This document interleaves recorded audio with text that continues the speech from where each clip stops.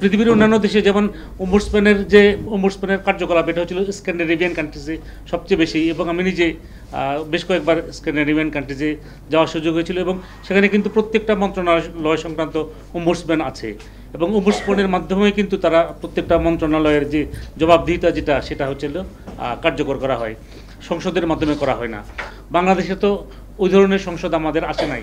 তারা তো সবসময় হচ্ছে হলো যে তাদের সুযোগ সুবিধা নিয়েই, যেমন পৃথিবীর কোনো দেশের সংসদে তো সংসদ সদস্যরা জনগণের যে প্রদত্ত করের টাকায় গাড়ি কিনে না, ট্যাক্স ফ্রি গাড়ি পৃথিবীর কোথাও নাই, ইন নোহোয়ার অফ দি ওয়ার্ল্ড। এবং আপনারা শুনে আশ্চর্য হবে যে আমাদের সংসদ সদস্যরা একবার উদ্যোগ নিয়েছিল যে তাদের এই যে সংসদ সদস্য এটাকে পেনশনেবল করার জন্য, অর্থাৎ একবার যদি সংসদ সদস্য হয় তিনি আজীবন পেনশন পাবেন, এই উদ্যোগও কিন্তু তারা নিয়েছিল।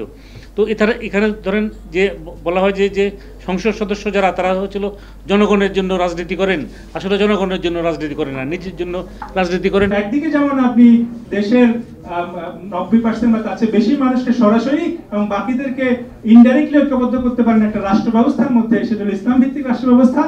আর দ্বিতীয়ত আপনি একটা ভিশন দিতে পারেন, এই রাষ্ট্র এই যে ভিশনের মাধ্যমে আপনি পুরো মুসলিম বিশ্বকে ঐক্যবদ্ধ করতে পারেন, মানে 200 কোটির উপরে মুসলিম বিশ্বকে ঐক্যবদ্ধ করতে পারেন। এর ফলে এই রাষ্ট্রটা একটা আইসোলেটেড আপনার এই যে সাউথ এশিয়ার কোণার মধ্যে একটা বদ্বীপ রাষ্ট্র হবে না, এটা একটা বৈশ্বিক একটা আউটলুক এটা থাকবে। একদা একবারই কিন্তু একজন ওম্বুডসম্যান নিয়োগ দেওয়া হয়েছিল, সেটা হচ্ছিল ফাইন্যান্সিয়াল সেক্টরের জন্য। আমাদের বোধহয় যিনি এনবিআর এর যে চেয়ারম্যান ছিলেন তাকে ওম্বুডসম্যান নিয়োগ দেওয়া হয়েছিল, এবং পরবর্তীতে ওম্বুডসম্যান নিয়োগ দেওয়া পরবর্তী তাকে বিগত বিএনপি সরকার তাকে ওম্বুডসম্যান হিসেবে নিয়োগ দিয়েছিল। পরে যে সেনা সমর্থিত তত্ত্বাবধায়ক সরকার আসার পরে তারা এই নিয়োগটা বাতিল করে দেয়। তিনি খুব বেশি দিন ওম্বুডসম্যান হিসেবে কাজ করতে পারেন নাই।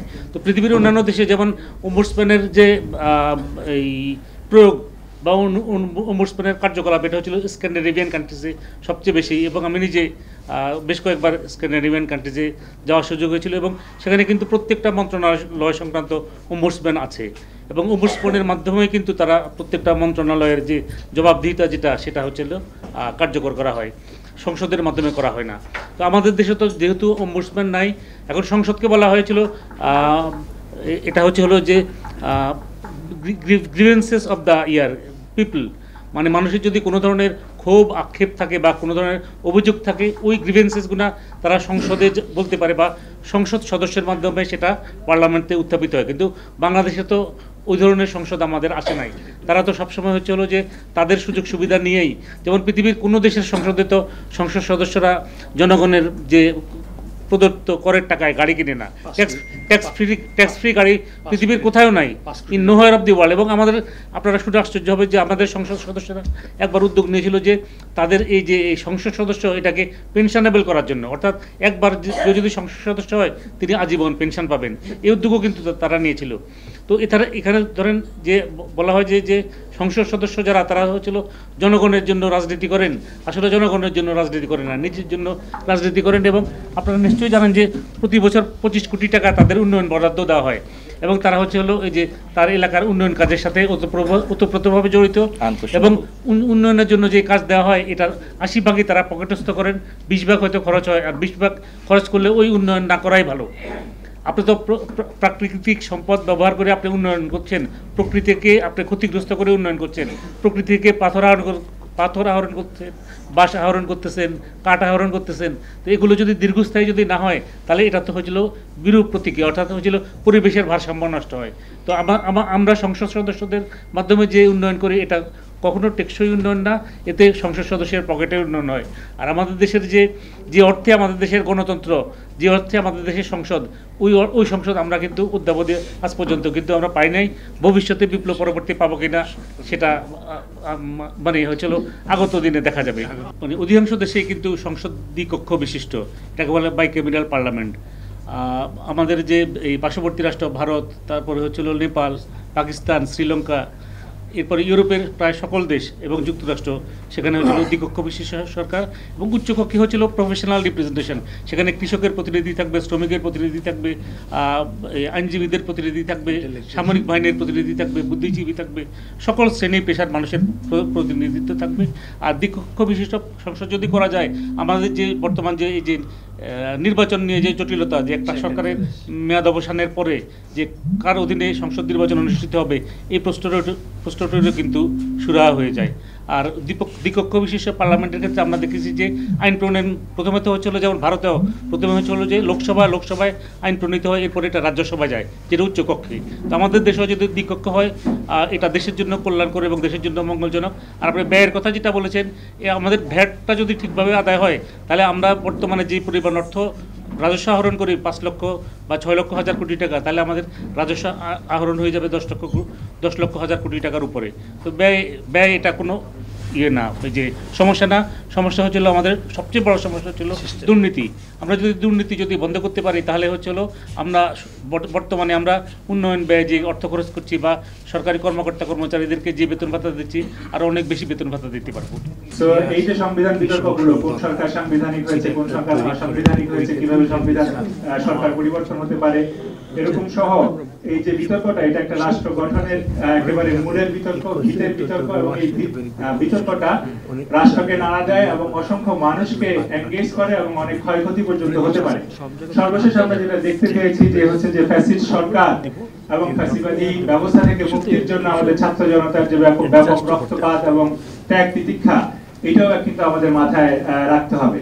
সো ওই প্রেক্ষাপটে আমরা যখন আলোচনা করছি যে হচ্ছে যে সংবিধান সংশোধন অথবা পরিবর্তন, সেই জায়গাটায় আমাদেরকে জনমতের বিষয়টিও আসলে যথেষ্ট গুরুত্বের সহিত দেখতে হবে। তো প্রথমত আমরা যদি দেখি যে বর্তমান যে সংবিধানের ভিত্তিতে আমাদের রাষ্ট্রটা পরিচালিত হচ্ছে, এই সংবিধানের সেই দিক কি আছে যেটা হচ্ছে যে জনমতের রিফ্লেকশন হয়, জনগণকে ঐক্যবদ্ধ করতে পারে, এই বিতর্ককে এমন একটা জায়গায় মাটি দিতে পারে, কবর দিতে পারে, যে আমরা অন্তত সামনের দিকে আমরা সেই যে রক্তক্ষয় বা হচ্ছে ত্যাগ তিতিক্ষা, এগুলোকে আমরা অ্যাভয়েড করতে পারি। সেটা জায়গায় যদি আমরা দেখি, সেরকম কম্পোনেন্ট হয়তো এখানে সেভাবে নাই। কারণ এই সংবিধানের যে মূল যে ভিত্তিগুলো, এগুলোর দিকে যদি আমরা তাকাই, এই ভিত্তিগুলো ইটসেলফ বিভক্তি তৈরি করে। এই ভিত্তিগুলো ঐক্য কি আনতে পারে? ঐক্য কিন্তু আনতে পারে না। যেমন ধরেন আমাদের এখানে যে মূল ভিত্তিগুলোর একটি হচ্ছে জাতীয়তাবাদ। তো জাতীয়তাবাদের যে বিতর্ক, এটা কিন্তু চলমান থাকে অলওয়েজ, কারণ একটা জাতি আরেকটা জাতির উপরে ডমিনেট করার মাধ্যমে আসলে জাতীয়তাবাদ ফ্লারিশ করে। সো বাঙালি জাতীয়তাবাদের ভিত্তিতে যদি আমরা রাষ্ট্র গঠন করি, এখানে অবাঙালি আছে, ইভেন বাঙালি জাতীয়তাবাদের মধ্যে আমরা দেখি যে এখানে যে জাতীয়তাবাদী রাজনীতির নামেও কিন্তু নানাভাবে বিভক্তি হয়ে থাকে।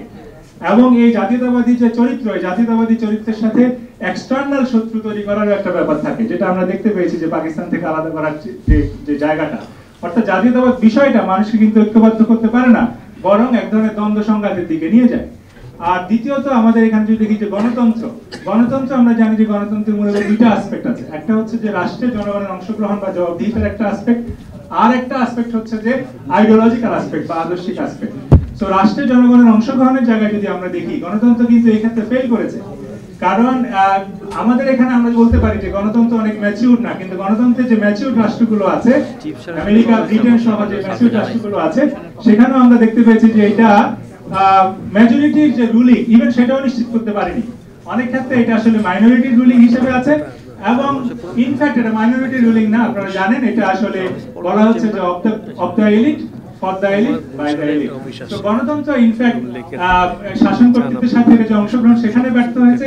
আর আদর্শিক যে জায়গাটা, গণতন্ত্রের আদর্শিক জায়গাটা হচ্ছে ব্যক্তি স্বাধীনতা কেন্দ্রিক, এবং ব্যক্তি স্বাধীনতা একটা ব্যক্তি কেন্দ্রিক সমাজ তৈরি করে, যেটা আসলে বিচ্ছিন্ন সমাজ ঐক্যবদ্ধ করতে পারে না। তৃতীয়ত যে বিষয়টা, যেটা হচ্ছে যে আপনার সমাজতন্ত্র আসলে হয়তো খুব বেশি আলোচনার দরকার নেই, কিন্তু সমাজতন্ত্রের যে মূল আইডিয়াটা আমাদের সংবিধানে আনা হয়েছে, সেটা হচ্ছে যে মানুষের মধ্যে যে সম্পদের যে আপনার যে ডিফারেন্সিয়েশন বা বৈষম্য, এটা থাকবে না। এখন এই সম্পদের বৈষম্যের একটা স্বাভাবিক একটা ব্যাপার থেকে আমরা জানি, স্বভাবতই কিছু লোক সম্পদশালী হয়, কিছু লোক কম সম্পদশালী হয়। সো এই স্বাভাবিকতাকে ধ্বংস করার জন্য সমাজতন্ত্রের যে নীতি, এটাকে যদি বাস্তবায়ন করতে হয়, সমাজের মধ্যে কিন্তু এক ধরনের শোষক এবং শোষিত শ্রেণীর মধ্যে সবসময় একটা দ্বন্দ্ব লেগে থাকে, এবং অনেক ক্ষেত্রে সমাজতন্ত্র স্বীকারও করে যে এই দ্বন্দ্বের মাধ্যমে সমাজ প্রোগ্রেস করে। সো ইনফ্যাক্ট সমাজতন্ত্র ঐক্যবদ্ধ করতে পারে না, বরং একটা পুলিশি রাষ্ট্র গঠন করে। আর চতুর্থত যে বিষয়টা ধর্মনিরপেক্ষতা নিয়ে আলোচনা হয়েছে, সো ধর্মনিরপেক্ষতা, সেকুলারিজম, এই সেকুলারিজমের বিষয়টা হচ্ছে যে আপনার ধর্ম থেকে এবং জীবন থেকে ধর্মকে আলাদা করা। এর ফলে অ্যাজ এ হোল এটা একটা ধর্ম বিমুখ বা ধর্ম কি বলে এটাকে ফোবিয়া তৈরি করে, যেটা আমরা বিশ্বজুড়ে দেখতে পেয়েছি। এবং আমাদের মতো দেশে একটা ধর্মপ্রাণ দেশ, এখানে মানুষ সম্ভবত তার ধর্মের যে রিফ্লেকশন, এই রিফ্লেকশনটা তার রাষ্ট্র সমাজ এখানে দেখতে চায়। তো এর ফলে ধর্মনিরপেক্ষ রাষ্ট্র একটা জনবিমুখ রাষ্ট্র হিসেবে এখানে তৈরি হয়। সো অ্যাজ এ হোল এই মূলনীতিগুলোকে রেখে দিয়ে আমরা কি আসলে এই বিতর্কের অবসান ঘটাতে পারবো? আমরা কি আসলে এই যে জনগণের যে আকাঙ্ক্ষা, এই যে বৈষম্য বিরোধী আন্দোলনের যে আকাঙ্ক্ষা, এটাকে আমরা দূর করতে পারবো? সো সেই জায়গাটাতে আসলে নিশ্চিতভাবে আমরা জানি যখন নীতিগুলোকে সরাতে হয় তাহলে এই সংবিধান সরাতে হবে, কারণ এই নীতির বাইরে সংবিধানের মধ্যে আসলে তেমন কিছু নাই। সো সেইখানে জনমতের যে জায়গাটা আমরা দেখি, আমরা বিভিন্ন জায়গায় আলোচনা করছি, বিভিন্ন আলোচনায় এটি স্পষ্ট প্রতীয়মান হচ্ছে যে ইসলাম এখানে একটা অপশন এবং এটা জনমতের সাথে যুক্ত। তো ইসলামের সেই শক্তি আছে যেটা হচ্ছে ঐক্যবদ্ধ করতে পারে, কারণ সেখানে স্রষ্টার প্রদত্ত একটা ব্যবস্থা, এই ব্যবস্থার প্রতি জনগণকে কিন্তু আপনি খুব সহজে কানেক্ট করতে পারেন এবং সেখানে যে বিভক্তিগুলো আছে এগুলোকে আপনার দূর করা সম্ভব। সো ইসলামের ঐক্য এটা একটা অপশন এবং ইসলামের আরেকটা জিনিস আছে যেটা হচ্ছে যে একটা ভিশন। ইনফ্যাক্ট একটা রাষ্ট্র গঠনের জন্য একটা ভিশনও দরকার হয়। সো একদিকে যেমন আপনি দেশের 90% বা তার চেয়ে বেশি মানুষকে সরাসরি এবং বাকিদেরকে ইনডাইরেক্টলি ঐক্যবদ্ধ করতে পারেন একটা রাষ্ট্র ব্যবস্থার মধ্যে, সেটা হলো ইসলাম ভিত্তিক রাষ্ট্র ব্যবস্থা।